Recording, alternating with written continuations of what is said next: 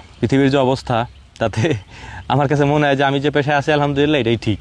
কারণ কয়দিন পর কি হয় না হয় তার কোনো ঠিক নাই। স্বাদ যদি না লাগে কষ্ট করে আমি খাবো কেন? এই যোগ টোক উঠিস না, অলরেডি উঠে গেছে পায়ের উপর একটা। আমি এটা খাইতেছি, আমার মুখ টুক ঠোঁট ঠোঁট সব লাল হয়ে যায় এটা খাইলে। আমার জীবনে এরকম লাল কালারের কোনো ফল আমি জীবনে দেখি নাই। আমার হাতে এখন যে দুইটা দেখতে পাচ্ছেন, এটা হচ্ছে বিটরুট আর এটা হচ্ছে গাজর। এই যে ভিতরে সবগুলো বীজ, আর এইগুলো যদি আস্তে এরকম টান দেয় দেখেন এই যে উপরে ফুলগুলো এরকম উঠে আসতেছে আর কি, যেরকম টান দিলেই ফুলগুলো উঠে আসতেছে। আসসালামু আলাইকুম। আমরা এই মুহূর্তে আমাদের লাল শাকের জমি থেকে লাল শাক কাটতেছিলাম আর কি। এই লাল শাকগুলো হচ্ছে ঈদের আগে কাটার কথা ছিল, আনফর্চুনেটলি কাজের চাপের কারণে সেটা আর করতে পারিনি। একটু সাইজে যদিও বড় হয়ে গেছে, কিন্তু এখনও নরম আছে একবারই। কারণ হচ্ছে যে বারবার বৃষ্টি হইতেছে তো, যে কারণে এটা খাওয়ার উপযুক্ত এখন আলহামদুলিল্লাহ আছে। তো এখন এগুলোকে পাইকারি দরে কাইটা তারপর আত্মীয় স্বজনের বাড়ি দিয়ে দেবো আর কি। আর আমরা যারা কাজ করি সবাইকে ভাগ ভাগ করে দিয়ে দেবো ইনশাআল্লাহ। তো এই পুরোটাই কাটার চেষ্টা করবো, দেখি কতটুকু কাটতে পারি। এর পাশাপাশি এখানে আরও যে ফসল আছে আর কি আমাদের, সেগুলো আমরা উঠাবো এখন। তো সেগুলো উঠানোর জন্য বাড়ি থেকে ঝাঁকা আনতে বলছি। প্রথমে আমরা বিটরুটগুলো উঠাই ফেলবো এখান থেকে, কারণ বিটরুটগুলো একেবারে পেকে গেছে। তো চলেন আপনাদেরকে বিটরুটগুলো উঠে আগে দেখাই, তারপরে সিরিয়াল মতো একটা উঠাই, সেগুলো আপনাদেরকে দেখাবো ইনশাআল্লাহ। এই যে হচ্ছে ডাটা লাগাইছিলাম আমরা, তো আলহামদুলিল্লাহ ডাটাও অনেক ভালো হয়েছে, সব ফসলে আলহামদুলিল্লাহ অনেক ভালো হয়েছে। আর এটা হচ্ছে কুমড়া আর কি, আপনাদেরকে একটু দেখাই কি পরিমাণে আলহামদুলিল্লাহ কুমড়া ধরছে আর কি। এখানে প্রত্যেকটা ডগায় ডগায় কুমড়া। এই দেখেন এই যে এরকম সাইজের আমরা ছোটো জাতের কুমড়া এগুলা। এই যে কুমড়া, তারপর হচ্ছে এই যে কুমড়া, এই যে দেখেন এইটা হচ্ছে এই সাইজ হবে আর কি। হ্যাঁ, এই যে সাইজটা এই সাইজ বা এর থেকে একটু বড় হবে আর কি। এই যে দেখেন মাশাল্লাহ সাইজটা কুমড়ার। হ্যাঁ, এই হচ্ছে সাইজ, দেখতেই মাশাল্লাহ একবারে কুলজা জুড়াই যায়। এই একটা আছে, এই হচ্ছে বড় সাইজ। হ্যাঁ, এই যে বড় সাইজ না, এর থেকে মনে হয় আর একটু বড় হবে। এর থেকে এই কুমড়াটা সাইজে এর থেকে আর একটু বড় হবে, তারপরে আমরা এগুলো সংগ্রহ করা শুরু করবো। এরকম হয়ে গেলে এখানে আমরা অল্প একটু জায়গায় কুমড়া লাগাইছিলাম, তবে আমার কাছে যা মনে হচ্ছে এখানে মানে হিউজ পরিমাণে কুমড়া হবে। মানে গাছে যা ধরে আছে আর কি, এগুলো যদি আলহামদুলিল্লাহ কোনো ধরনের বৃষ্টি বাদল বা হচ্ছে যে কোনো ধরনের মানে প্রাকৃতিক বিপর্যয় না ঘটে, তাহলে অনেক বেশি পরিমাণে আমরা পাবো আর কি। টমেটোর অবস্থা দেখেন, এগুলো আসলে দেখানো হয় না, সময় পাই না কোন সময় দেখাবো। দেখেন টমেটোর অবস্থা এই সিজনে, দেখছেন টমেটোর গাছ এমন দ্বারা ধরছে যে একেবারে নিচে লাইগা আছে আর কি। হ্যাঁ, দেখেন প্রত্যেকটা গাছ এখানে, এই যে প্রত্যেকটা গাছ, এগুলা কিন্তু কোনো সার প্রিজারভেটিভ কিচ্ছু দেওয়া না, একবার পিওর। প্রত্যেকটা গাছে দেখেন কি পরিমাণে ধরছে মাশাল্লাহ। গত কয়েকদিন আগে আপনাদেরকে একটা বিড়ম্বনার কথা বলছিলাম আর কি, একটা সমস্যার কথা। ঈদের সময় আমাদের এই জমিটাতে বিশেষ করে পেঁয়াজ লাগানো ছিল। তো এই পেঁয়াজ আপনাদেরকে যদি এখন একটু দেখাই, আগে তো দেখছেনই, ওই ঈদের দিন দেখাইছি। এখন ঈদের পরে কি অবস্থা আছে দেখেন, এখানের মাটি দেখেন, এই দেখেন এই যে মাটি একবারে সমান হয়ে গেছে, এখান দিয়ে মাটি সমান, এটা কোনো জমি বোঝাই যাইতেছে না। আর এখান থেকে যখন আমরা পেঁয়াজ টান দেবো সব পেঁয়াজ এরকম ছিঁড়ে দেবে, একটা পেঁয়াজও টান দেয় আর ওঠানোর মতো কোনো অবস্থা নাই আর কি। তাই আমি ওদেরকে বলতেছিলাম পেঁয়াজ ওঠানোর কথা, ওরা কইতেছে কি কাকা খুঁটি ছাড়া পেঁয়াজ ওঠানো যাবে না আর কি। আর এই হচ্ছে আমাদের সেই সূর্যমুখীগুলো এখন সব ফুল প্রায় শেষের দিকে। এগুলো তো সব এই যে ফল চলে আসছে দেখেন। মানে ফলগুলো পাকা শুরু করছে আর কি। এক একটার মাশাল্লাহ ওজন অসাধারণ ওজন হয়েছে এক একটার। আমি তো আসলে বলতে পারবো না কতটুকু হয়েছে, প্রায় 1 কেজির উপরে আছে এক একটাই। তো এই ফুলগুলো এখন নিচের দিকে এরকম পড়ে যেতেছে। এটার কারণ হচ্ছে যে অতিরিক্ত ভারে। আগে তো দানা বা বিচি যেগুলো আছে এগুলো কাঁচা ছিল, এখন এগুলো পাকতেছে আর ভার হচ্ছে, আর এরকম নিচের দিকে ঝুলে পড়ছে। দেখেন প্রত্যেকটা সূর্যমুখীর গাছ, মানে সূর্যমুখী ফুলগুলা সব নিচের দিকে ঝুলে পড়ছে। এবং এই তো কিন্তু ফুল তেমন একটা এখন নাই, এই যে সব হচ্ছে বীজ। এইগুলাই এই যে ভিতরে সবগুলো বীজ, আর এইগুলো যদি আস্তে এরকম টান দেয় দেখেন এই যে উপরে ফুলগুলো এরকম উঠে আসতেছে আর কি, যেরকম টান দিলেই ফুলগুলো উঠে আসতেছে। এই যে টান দিলেই ফুলগুলো উঠে আসতেছে, আর ভিতরে সব এই যে পাকা পাকা বীজ। এগুলো যখন পেকে যাবে একবারে, তখন আমরা এটাকে কেটে তারপর সংগ্রহ করব। বিসমিল্লাহ। সাইজ মাশাল্লাহ মোটামুটি খারাপ হয় নাই, মানে ভালো হয়েছে না খারাপ হয়েছে এটা আমি বুঝবো না, কারণ আমি তো আগে পরে লাগাইনি, এবছরই প্রথম। তবে আমার কাছে যতটুকু মনে হয় ভালোই হয়েছে। এইগুলো হচ্ছে বিটরুট, এই দেখেন একটা সাইজ। হ্যাঁ মাশাল্লাহ কি সাইজ এটার, ও ও দেখছেন কি সাইজ এটার মাশাল্লাহ। পাকছে অনেক সুন্দর আর কি, বিটরুটগুলা অনেক সুন্দর পাকছে, এই জন্য আমরা সংগ্রহ করে ফেলতেছি, নাহলে এগুলো নষ্ট হয়ে যাবে, কারণ এখন হালকা হালকা ঘন বৃষ্টি শুরু হয়েছে। এই দেখেন এই যে সাইজটা, ও দেখতে অনেক সুন্দর। আমি আপনাদেরকে কাইটা দেখাবো, টকটকে লাল একবারে, মানে লালের কত প্রকার আছে আর কি, সর্বোচ্চ লাল এগুলা। আমার হাতে এখন যে দুইটা দেখতে পাচ্ছেন, এটা হচ্ছে বিটরুট আর এটা হচ্ছে গাজর। দুইটা পাশাপাশি লাগাইছিলাম, পাশাপাশি থেকে উঠাইলাম আর কি। তো আলহামদুলিল্লাহ আমরা এই কয়টা উঠাইছি আর কি, আর উঠাবো না। আর এগুলো আছে ছোটো ছোটো সাইজ একটু, তো এগুলো উঠাই এখন বাড়ি নিয়ে যাব। আর আমার হাতে যেটা আছে এইটার কাইটা আপনাদেরকে দেখাবো যে এটা কী পরিমাণ লাল, মানে টকটকা লাল হয়ে যায়। দেখাচ্ছি আপনাদেরকে কেটে। এ বলদ ছুরিকো নিয়ে আনতে। আমি যেগুলো উঠাইছি এর মধ্যে থেকে আমি একটা কাটতেছি, আপনারা একটু দেখেন কালারটা এটা। বিসমিল্লাহ, দেখছেন এটা আমার ছুরি সহ লাল হয়ে গেছে একবারে। এইটার মুখের এইটুক ফালাই দিয়ে কেটে। বিটরুটের গুণাগুণ তো বলে শেষ করা যায় না।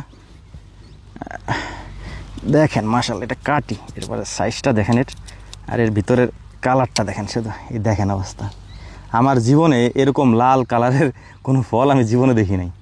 বিটরুট আমরা আগে পরে কখনো চাষ করি নাই, এবছরই প্রথম। এই জন্য হচ্ছে এই জিনিসটা আমাদের কাছে একটু অবাক করার মতো। দেখছেন কালারটা কী পরিমাণ লাল হয়েছে। এটা আমি আপনাদেরকে একটু খেয়েও দেখাই, যেহেতু নিজেরা চাষ করছি, এর চাষ পদ্ধতি, সার পদ্ধতি সব আমাদের জানা। অতএব নিজে চাষ করলে একটা জিনিস কি জানেন, আস্থার জায়গা থাকে নিজের কাছে, যে আমি নিজে খাইতে পারবো কি না। এই যে এক পিস, বিসমিল্লাহ, অসাধারণ টেস্ট। আমি এটা খাইতেছি, আমার মুখ টুক ঠোঁট ঠোঁট সব লাল হয়ে যায় এটা খাইলে। ন্যাচারাল লিপস্টিক, এটার স্বাদ কিন্তু অসাধারণ। যদিও কাঁচা বিটরুট হচ্ছে অনেকে খায় হচ্ছে আপনার এটা স্লাইস করে রোদ্রে শুকায় তারপর গুঁড়ো করে খায় আর কি। বাট আমরাও গুঁড়া করবো, আজকে উঠাইলাম বাড়িতে নিয়ে। পর এটা সুন্দর করে কেটে ছোটো ছোটো ছোটো স্লাইস করে তারপর রোদ্রে শুকাবো। এরপর যখন একবারে কড়কড়া শুকনো হয়ে যাবে তখন আমি ব্লেন্ডারের ভিতরে দিয়ে এটা গুঁড়া করবো আর কি। আর রাতে বিটরুট ছিল তো এটা কালা লেগে গেছে কিছুটা এটার ভিতরে। ও মাশাআল্লাহ, ভালো পরিষ্কার হয়ে গেছে। বিসমিল্লাহ।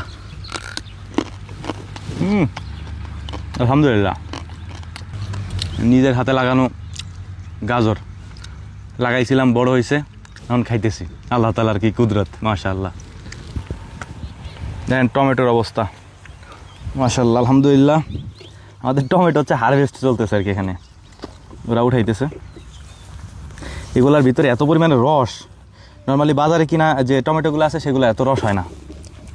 আমি আপনাদেরকে একটু দেখাই।